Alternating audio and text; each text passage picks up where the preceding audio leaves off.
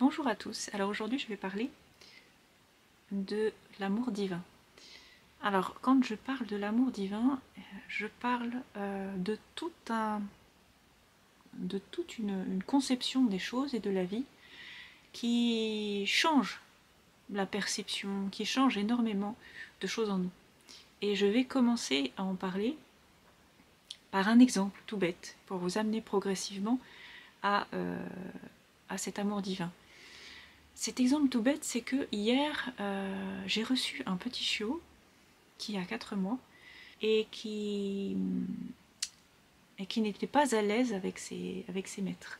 Il n'était pas à l'aise parce qu'on a voulu le supprimer quand il était petit à cause d'un trop grand nombre de chiots et il a survécu à ces choses, il a survécu à cette mort. Il a survécu par la suite à beaucoup de choses, beaucoup d'autres choses qui étaient plus terribles les unes que les autres. Et ce petit chiot-là va être plus à même d'être attentif aux choses qui sont de l'ordre affectif que, par exemple, les autres chiens qui ont été éduqués, qui sont de race pure et qui n'ont eu aucun problème de ce genre quand ils étaient petits. Pourquoi je parle de ça? Parce que l'amour divin, c'est pas quelque chose que vous pouvez apprendre en théologie ou en lisant dans les livres, ça n'a rien à voir avec ça. C'est l'expérience, faire l'expérience de l'amour blessé, constamment. Quand j'ai cette expérience-là, je pense toujours au Christ sur la croix. Pourquoi je pense au Christ sur la croix? Parce qu'on ne peut pas vraiment dire que quand le Christ aime ceux qui le persécutent, il est comblé, il est amoureux, il est pleinement comblé. Il n'est pas comblé, en fait, il est complètement dépouillé de sa personne, dépouillé de toutes ces choses. Et c'est pour ça qu'en fait, il prend toutes ces choses avec lui. Il les porte avec amour. C'est parce qu'il est complètement dépouillé sur la croix. Voilà. Encore autre chose, c'est que si, par exemple, je crois que Christ est ressuscité d'entre les morts, si j'y crois, si j'ai la foi, si j'ai foi en cette résurrection, je ne vais pas à côté, dans ma foi et dans l'application de ma foi, expliquer des concepts comme Thanatos et Eros, ça n'a aucun sens. Si j'ai le Christ devant moi et que c'est le Christ qui guide ma vie, je ne vais pas m'en contenter de ces images, on est bien d'accord.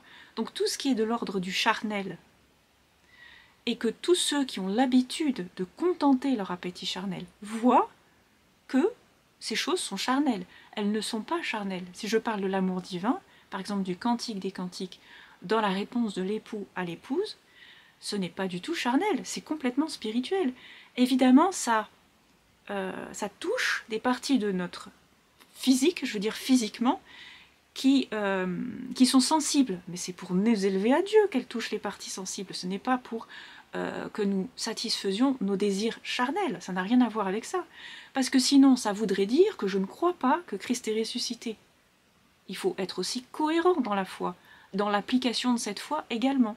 Donc si par exemple je parle de ces choses, et si je fais appel à ces choses, si le Christ en moi fait appel à ces choses, ce n'est pas pour satisfaire des désirs égoïstes de la chair, comme dit saint Paul, mais c'est pour m'élever à Christ. Et il y a aussi autre chose, c'est que tous ceux qui considèrent qu'il y a Eros et Thanatos là-dedans, n'ont pas fait l'expérience de cet amour blessé. Il est impossible qu'ils aient fait cette expérience. Parce que quand on a fait cette expérience, on sait bien que Christ a ressuscité et ressuscité d'entre les morts, et on sait bien que toutes ces choses dans l'Esprit Saint nous incitent à penser, à nous raccrocher à cet amour divin. Et uniquement à cet amour divin. Pas un amour charnel, pas un amour égoïste, mais un amour divin.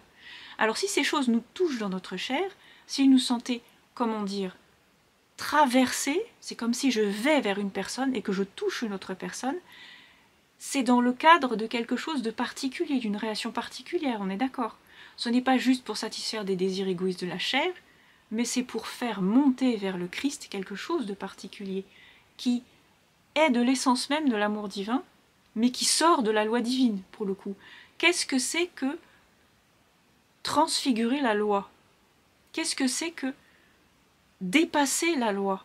Dépasser la loi dans le sens l'expliciter pleinement, ce n'est pas juste redonner des cadres, redonner une loi, ça n'a rien à voir avec ça. C'est si, dans l'esprit du Christ, je crois que Christ m'a ressuscité d'entre les morts, moi aussi, je crois que je peux transfigurer la loi. C'est uniquement ces choses, dans ce cadre de ces choses. Donc on n'est pas obligé à chaque fois de reconsidérer ces choses. Alors, soit on y arrive complètement à transfigurer la loi, et dans ce cas, on est complètement affranchi de la loi, soit on n'y arrive pas parce qu'on a des pensées trop charnelles et pas assez spirituelles, et dans ce cas, on doit respecter la loi à la lettre. C'est uniquement dans ce cadre-là qu'il faut réfléchir. Parce que ce qui blesse en fait le cœur du Christ, c'est que nous ne soyons conscients ni de l'un ni de l'autre, que nous restions entre les deux, et que nous soyons complètement tièdes devant ce magnifique mystère de la croix. Voilà. Et donc, qu'est-ce qu'on peut élever dans ce cas-là? On ne peut rien élever du tout. On rabaisse constamment en nous ce que le Christ veut élever jusqu'au ciel. Et réélever jusqu'au ciel, ce n'est pas juste des réalités qui sont complètement célestes, dans le sens où elles ne sont pas réelles. Tout ce qui est céleste est beaucoup plus réel que ce qui est charnel. Ce qui est charnel est voué à la mort, donc ça ne passe pas, ça ne dure pas. Tandis que ce qui est céleste est éternel. Et dur, c'est immortel.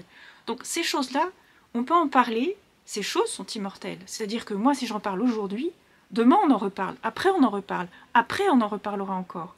On n'arrêtera pas d'en parler, puisque ces choses sont immortelles. Si je fixe mon désir sur le Christ, tout ce qui passe à travers ce qui est, ce rapport à Christ, est transfiguré aussi. Mais ce n'est pas moi qui transfigure ces choses, c'est l'Esprit du Christ en moi qui les transfigure. Et si, par exemple, on touche la chair, c'est une chair ressuscitée qu'on touche, ce n'est pas une chair qui va vouer à la putréfaction. Et donc ces choses sont nouvelles parce qu'elles ne sont pas, elles n'ont pas été vécues dans l'ordre de la chair, elles sont vécues dans l'ordre de l'Esprit Saint. Faire l'expérience de ces choses, c'est justement faire l'application de la foi en Christ ressuscité et faire l'application de ce que nous aussi, en Christ, nous pouvons faire les mêmes choses que lui. Voilà. Donc c'est toutes ces choses que je voulais aborder dans l'esprit de la motion et de l'amour divin. Et dans ce sens, je veux dire, c'est cette motion-là qui nous dirige vers le Christ. Et quand on élève cette motion-là vers le Christ, forcément on est touché dans toutes les parties de notre être. Il n'y en a pas une seule qui ne soit pas touchée par cette motion. Et j'ose même dire, ça touche nos viscères, ça les élève à Christ, et ça nous penche de plus en plus vers la parole. Ce rapport amoureux à la parole, c'est ça, ce rapport amoureux à la parole. C'est parce que justement, il y a un discours entre l'époux et l'épouse, et que ce discours, si vous n'êtes pas habitué à cette résurrection du Christ et à cet esprit du Christ, c'est l'épouse qui dit à l'Église « Viens », ce discours-là, et bien dans ce cas, forcément, vous n'êtes pas du tout dans la motion de l'amour divin.